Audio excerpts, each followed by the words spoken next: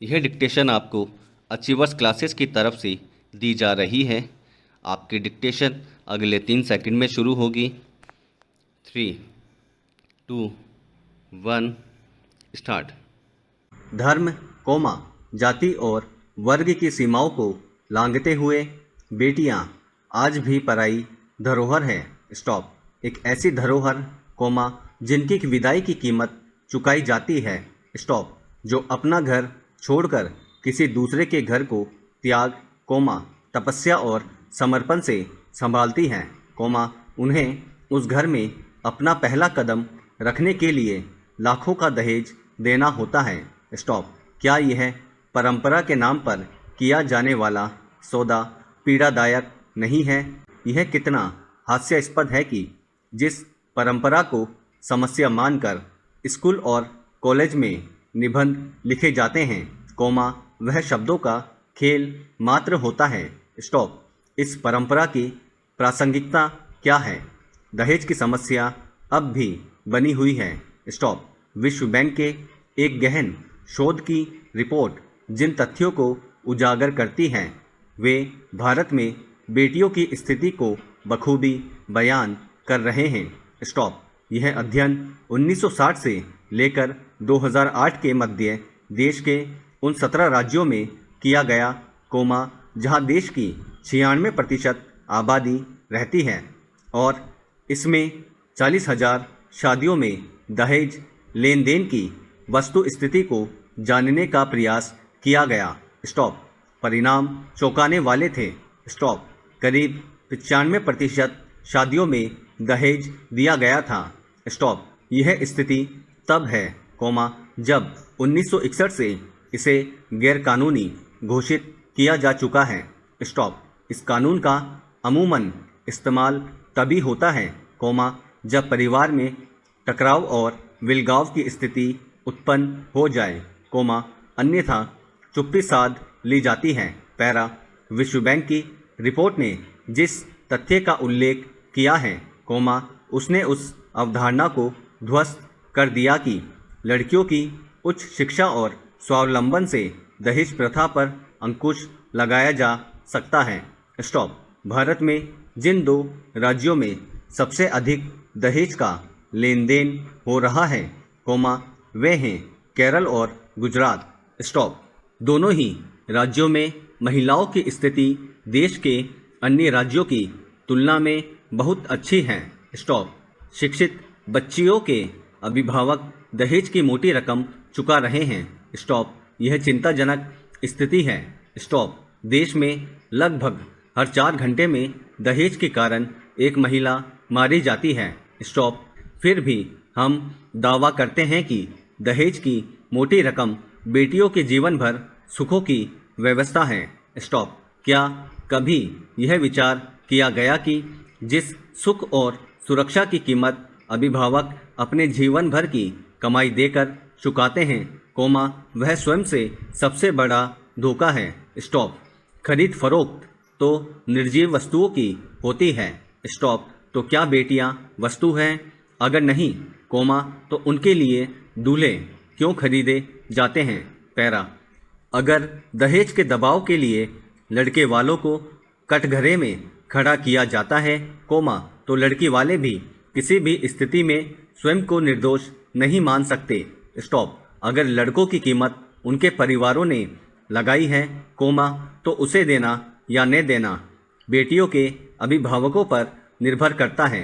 Stop. जिस क्षण से बेटियों का विवाह जीवन का आखिरी लक्ष्य नहीं रहेगा, जिस क्षण से विवाह प्रतिष्ठा का सूचक नहीं रहेगा, हालात बदल जाएंगे। स्टॉप। बच्चियों के जन्म के साथ ही उन्हें निरंतर यह एहसास नहीं कराया जाएगा कि जिस घर में उनका जन्म हुआ है, वहाँ वे कुछ सालों की मेहमान हैं, उसी पल से लड़के अपनी कीमत लगाना भूल जाएंगे। स्टॉप। यह काम बहुत मुश्किल है। स्टॉप। 1 या 2 परिवारों की सोच बदलने भर से दहेज मुक्त भारत का मार्ग बहुत कठिन है। स्टॉप। राह तो तब आसान होगी, जब समाज के संवेदनशील और प्रभावशाली वर्ग इसके खिलाफ आवाज़ उठाएंगे। स्टॉप। हमें समझना ही होगा कि बेटियों को दहेज देकर विदा करना, उनके दुखों के दरवाज़ों को खोलने जैसा है। पैरा। प्राइवेट स्कूल सुनते ही हमारे मन में एक ऐसे स्कूल की कल्पना जागती है जो सभी सुविधाओं से लैस है और जहां समाज के अपेक्षाकृत धनी वर्ग के बच्चे पढ़ते हैं। स्टॉप। यह पूरा सच नहीं है। स्टॉप। यदि पिछले 25-30 वर्षों में हुए परिवर्तन पर गौर करें, तो हमें देश में ऐसे लाखों स्कूल मिलेंगे, जहां निम्न मध्यम वर्ग के बच्चे पढ़ते हैं। स्टॉप। कई ऐसे बच्चे भी इन स्कूलों में भेजे जाते हैं, जिनके माता पिता की आमदनी बहुत कम है। स्टॉप। इसी आमदनी में से कुछ पैसे बचाकर वे अपने बच्चों को प्राइवेट स्कूलों में भेजते हैं। स्टॉप। ऐसे अधिकतर स्कूल बच्चों से मिली हुई फीस से ही चलते हैं। स्टॉप। यदि यह फीस मिलनी बंद हो जाए, तो ये स्कूल चल नहीं सकते। स्टॉप। महामारी के कारण कुछ ऐसे ही हालात पैदा हुए हैं। स्टॉप। पिछले साल ही स्पष्ट होने लगा था कि कोरोना महामारी में बच्चों का वर्तमान और भविष्य दोनों ही गहराई से प्रभावित होंगे। स्टॉप। इस प्रभाव को जांचने का कोई विशेष प्रयास अभी तक शुरू भी नहीं हुआ है और राज्यों से खबरें आने लगी है कि बहुत से बच्चों का इस साल की छुट्टियों के बाद स्कूल में पुनः नामांकन नहीं हुआ है। स्टॉप। हरियाणा सरकार ने यह जानकारी दी है कि करीब 12.5 लाख बच्चे इन प्राइवेट स्कूलों से दूर हो गए। स्टॉप। ये बच्चे कहाँ गए? जाहिर है कि इन बच्चों के माता पिता कोरोना महामारी के दौरान अपनी आमदनी को बनाए रखने में असमर्थ थे और वे प्राइवेट स्कूल की फीस नहीं दे पाए। पैरा। अगर सरकारी स्कूलों में इन बच्चों को प्रवेश दिया जाता है, तो सरकारी स्कूलों को अपना ढांचा फैलाना होगा। स्टॉप। वैसे ही स्कूलों की और अध्यापकों की समस्या बनी रहती है। स्टॉप। अध्यापकों की नियुक्ति कई वर्षों से लगातार प्रभावित होती रही है। स्टॉप। समस्या इतनी आसानी से सुलझने वाली नहीं है, क्योंकि कुछ सर्वेक्षण दिखाते हैं कि कोरोना महामारी से प्रभावित लाखों बच्चे काम में व्यस्त हो गए हैं और कई लड़कियों की शादी हो गई है।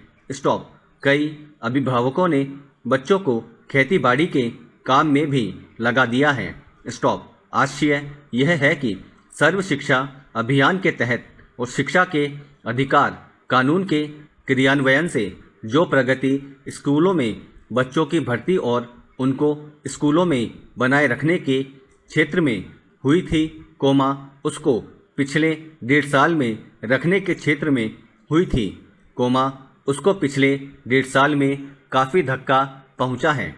पैरा। यदि सिर्फ साक्षरता की दृष्टि से शिक्षा को देखें, तो भी स्पष्ट है कि आने वाले वर्षों में देश में निरक्षर बच्चों की संख्या बहुत बढ़ जाएगी। स्टॉप। यह देश और समाज के लिए बहुत बड़ी क्षति होगी, क्योंकि हरियाणा जैसे अनेक राज्यों में बहुत लंबे और कठिन प्रयास से बच्चों का कक्षा 1 में दाखिला 100% छूने लगा था और आगे की कक्षाओं में स्कूल छोड़ने वालों की संख्या भी घटने लगी थी। स्टॉप। यह बहुत बड़ी सामाजिक परिघटना थी और इसी के कारण ही यह संभव हुआ कि शिक्षा के अधिकार कानून को एक सामाजिक यथार्थ में बदलने की संभावना पूरे देश में दिखने लगी थी। स्टॉप।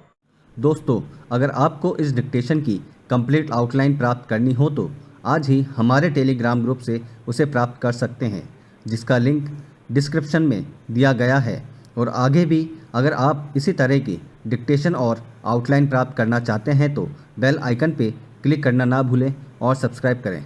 Thank you.